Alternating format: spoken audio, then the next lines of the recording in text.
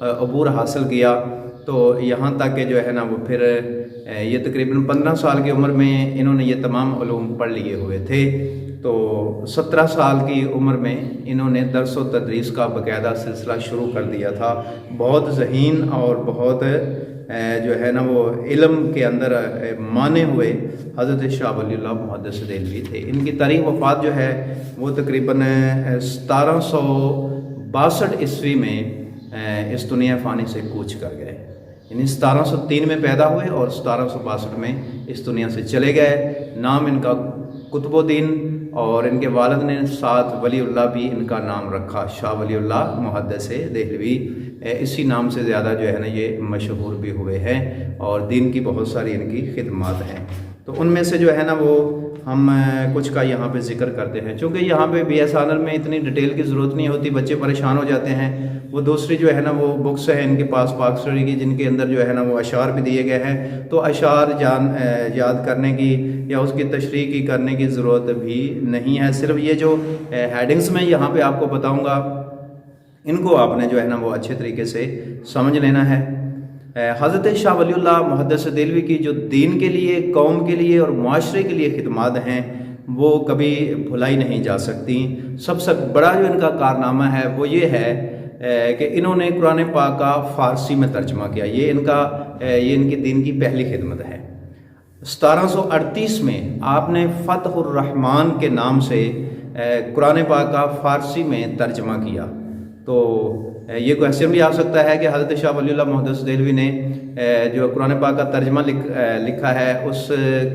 ترجمے کا نام کیا ہے؟ ترجمہ فتح الرحمن، یہ فارسی زبان کے اندر انہوں نے لکھا ہے، چونکہ بر صغیر کے اندر جو ہے نا وہ عیسائی لوگ تھے جو عربی کو بھی جانتے تھے، جو مبلغین تھے جو قرآن پاک پہ اعتراض کرتے تھے، اور مسلمان جو کہ عربی نہیں جانتے تھے تو وہ جو اعتراض کرتے تھے ان کا آگے سے اچھے طریقے سے جواب بھی نہیں دے سکتے تھے۔ اس لیے بہت مسئلہ تھا کہ مسلمان جو ہیں وہ آگے سے ان کا کوئی جواب دے سکیں۔ تو حضرت شاہ ولی اللہ محدث دہلوی نے قرآن پاک کا فارسی میں ترجمہ کیا تاکہ مسلمانوں کو قرآن کی سمجھ آ سکے، اور وہ ان عیسائیوں کا، ان مبلغین کا جو ہے نا خوب رد کر سکیں، ان کے جواب دے سکیں، وہ جو اعتراض کرتے ہیں ان کا رد کیا جا سکے۔ تو اس لحاظ سے مسلمان جب قرآن پاک کا فارسی میں ترجمہ پڑھنے لگے تو اس قابل ہو گئے کہ وہ غیر مسلموں کا آسانی سے جواب دے سکتے تھے۔ اس لیے یہ بھی آپ کی سب سے بڑی جو ہے نا وہ خدمت ہے اسلام کے لیے، مسلمانوں کے لیے، کہ انہوں نے قرآن پاک کا فارسی میں ترجمہ کیا۔ نمبر 2، ان کی ایک بہت بڑی تصنیف مشہور زمانہ ہے حجت اللہ البالغہ، یہ ان کی کتاب کا نام ہے۔ تو اس کے اندر انہوں نے اسلامی عقائد کی اصلاح کے حوالے سے بہت سارا کام کیا ہے۔ احکامات یعنی نماز، روزہ، حج، زکوٰۃ کے اوپر ڈیٹیل کے ساتھ ان کی تفصیل بیان کی ہے، ان کی شرح کی ہے۔ اس کے علاوہ جو ہے وہ معاشرتی اصول جو ہیں وہ بھی اس کے اندر بیان کیے گئے ہیں۔ سیاسی اصولوں کے اوپر، قوانین کے اوپر جو ہے نا ضابطے اور تمام قسم کے جو اصول ہیں وہ اس کتاب کے اندر انہوں نے ذکر کیے ہیں، اور قرآن و حدیث کی روشنی میں انہوں نے اس کتاب کے اندر جو ہے وہ تمام قسم کے احکامات کی وضاحت کی ہے۔ یہ بھی ان کا ایک بہت بڑا کارنامہ ہے، اور ان کی تصنیف آج بھی اس زمانے میں بھی بہت سارے جو ہے نا وہ مدارس کے اندر بہت سارے علماء جو ہیں ان کی لائبریریوں کے اندر یہ پڑھی ہوئی ہے، اور اس کو لوگ بڑے شوق سے جو ہے نا وہ مطالعہ کرتے ہیں۔ نمبر 3، جہاد کی تلقین۔ شاہ اورنگزیب عالمگیر کی وفات کے بعد جو ہے یہ مسلمانوں کے وہ ہیرو تھے، وہ لیڈر تھے کہ جنہوں نے مسلمانوں کا سر فخر سے بلند کیا، اور ان کے زمانے میں جو کافر تھے، ہندو تھے، سکھ تھے اور مرہٹوں کی قوم تھی، یہ سر نگوں ہو چکی تھی اور زوال پذیر ہو چکی تھی۔ مسلمانوں کا یہ عروج کا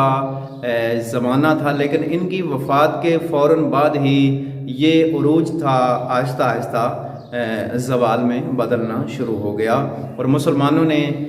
جہاد کو ترک کر دیا ہوا تھا، اور ان کے اندر سے اسلام کا جو جذبہ تھا، جو اللہ تعالیٰ کے نام پہ مر مٹنے کا جذبہ تھا، وہ یکسر ختم ہو چکا تھا۔ تو حضرت شاہ ولی اللہ محدث دہلوی نے پھر سے مسلمانوں کے دلوں کے اندر جو ہے وہ جذبہ جہاد پیدا کیا، اللہ اور اللہ کے رسول کی محبت کو اجاگر کیا، دین کے نام پر کٹ مرنے کا جذبہ وہ دلوں کے اندر بیدار کیا، اور مسلمانوں کو یہ کہا کہ ہر وقت جو ہے وہ کفر کے ساتھ لڑائی کرنے کے لیے، ان کے ساتھ جنگ کرنے کے لیے جو ہے وہ ہمیں تیار رہنا چاہیے، اور متحد ہو کر کفر کا مقابلہ کریں گے تو پھر ہم کامیاب ہو سکتے ہیں۔ تو لہٰذا حضرت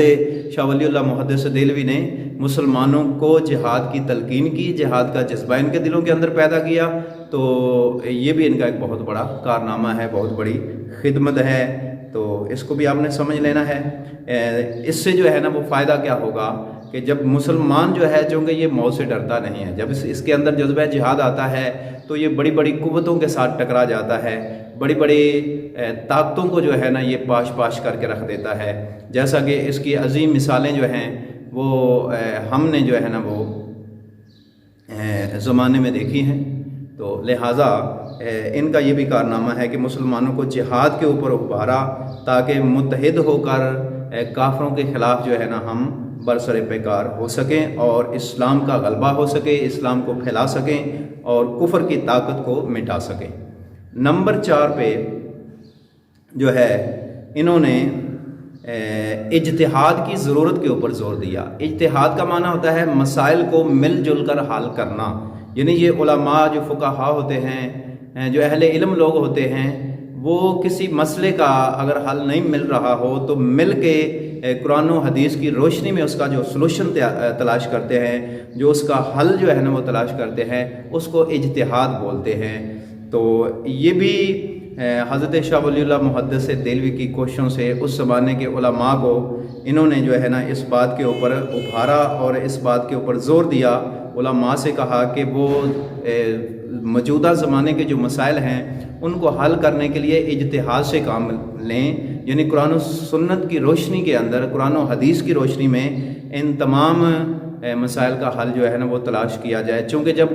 اللہ تعالیٰ نے اجتہاد کی اجازت دے رکھی ہے، تم اپنی رائے قائم کر سکتے ہو جو قرآن اور سنت کے متضاد نہ ہو، جو اس کے برخلاف نہ ہو، بلکہ قرآن و سنت کے عین مطابق ہو۔ تو اس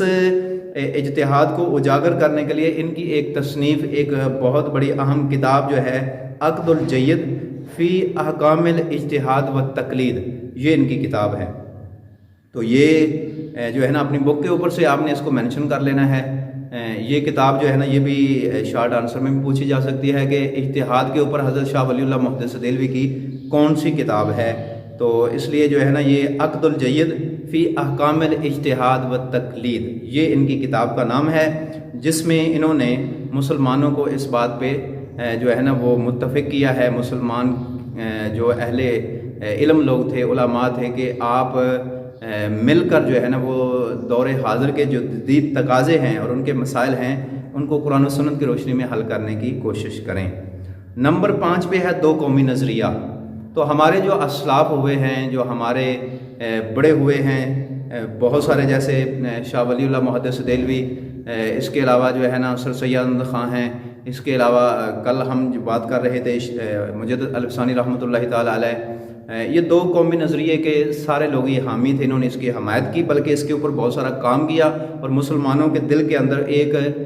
الگ قوم کی حیثیت سے انہوں نے جو ہے نا وہ ایک جذبہ پیدا کیا کہ ہم ایک الگ قوم ہیں، اور اس لیے ہمارے جینے کے، ہمارے رہنے سہنے کے جو طریقے ہیں، اصول ہیں، ضابطے ہیں، قوانین ہیں، وہ ہندوؤں سے اور سکھوں سے الگ تھلگ ہیں، لہٰذا ہمیں ایک الگ قوم کی حیثیت سے رہنا چاہیے اور اس کے لیے ہمیں جدوجہد کرنی چاہیے۔ تو اس لیے انہوں نے مسلمانوں کے درمیان قومی یکجہتی اور ایک الگ نظریے کی جو بنیاد تھی اس کا جذبہ پیدا کیا، اور ان کو ایک علیحدہ مضبوط قوم قرار دیا۔ مسلمان کافروں کے ساتھ، ہندوؤں کے ساتھ، سکھوں کے ساتھ کبھی بھی مل نہیں سکتے، کیونکہ ان کے عقائد، ان کے رہنے سہنے کے طریقے، ان کے رسم و رواج وہ آپس میں مل نہیں سکتے۔ لہذا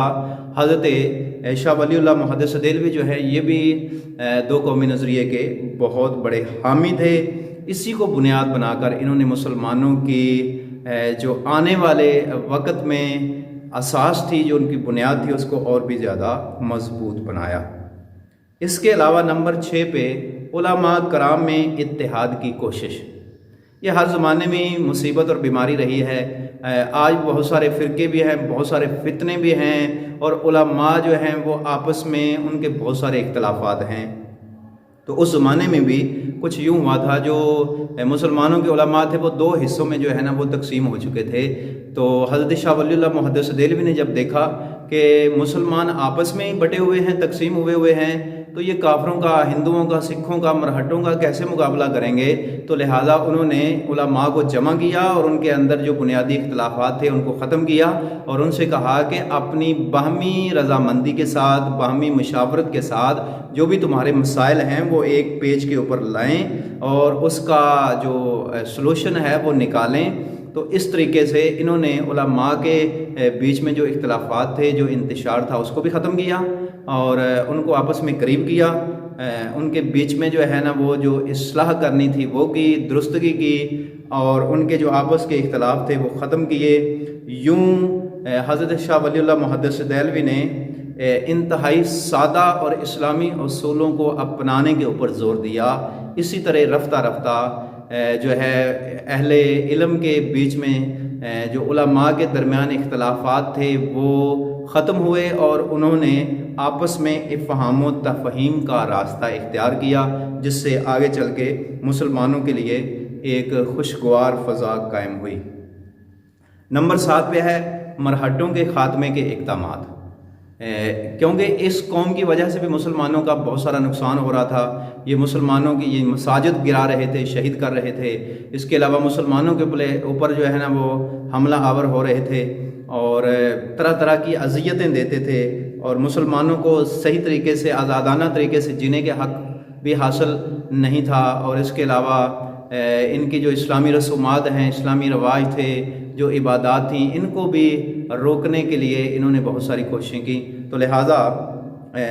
اس کے اوپر جو ہے حضرت شاہ ولی اللہ محدث دہلوی نے احمد شاہ ابدالی کو برصغیر کے مسلمانوں کی مدد کے لیے آمادہ کیا تاکہ مسلمانوں کی مدد کی جائے۔ اس کی تحریک جو ہے وہ اس کی بنا پر 1761 عیسوی میں پانی پت کی تیسری بڑی جنگ جو ہے، جس میں احمد شاہ ابدالی نے مرہٹوں کو خوب شکست دی اور مسلمانوں کی مدد ہوئی۔ تو یہ بھی حضرت شاہ ولی اللہ محدث دہلوی کا ایک بہت بڑا کارنامہ ہے کہ احمد شاہ ابدالی کے ذریعے انہوں نے مرہٹوں کے خلاف ایک مہم چلائی، ایک تحریک چلائی، جس کی وجہ سے جو ہے نا مسلمانوں کو کامیابی حاصل ہوئی،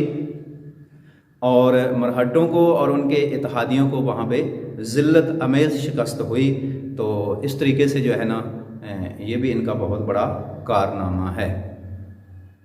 نمبر 8 پہ ہے ہندو رسومات۔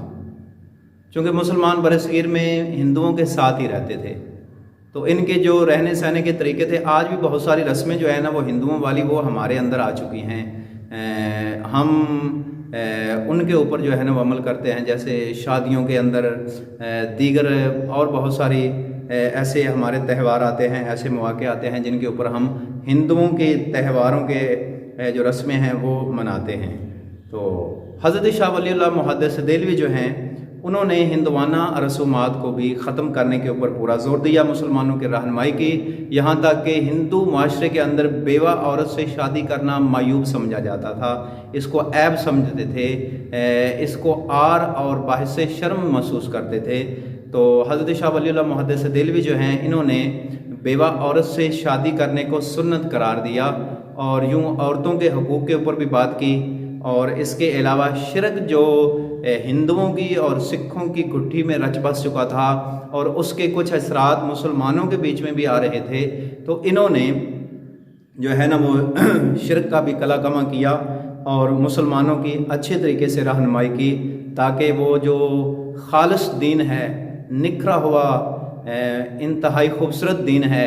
جو مدینے سے تاجدار کائنات صلی اللہ علیہ وسلم نے اصول دیے، ان اصولوں کے اوپر زندگی گزارنے کے لیے لوگوں کو آمادہ کیا، تاکہ وہ اس دنیا کو بھی اور اگلی دنیا کو بھی کامیاب بنا سکیں اور سرخرو ہو سکیں۔ نمبر 9 پہ ہے دولت کی مساویانہ تقسیم۔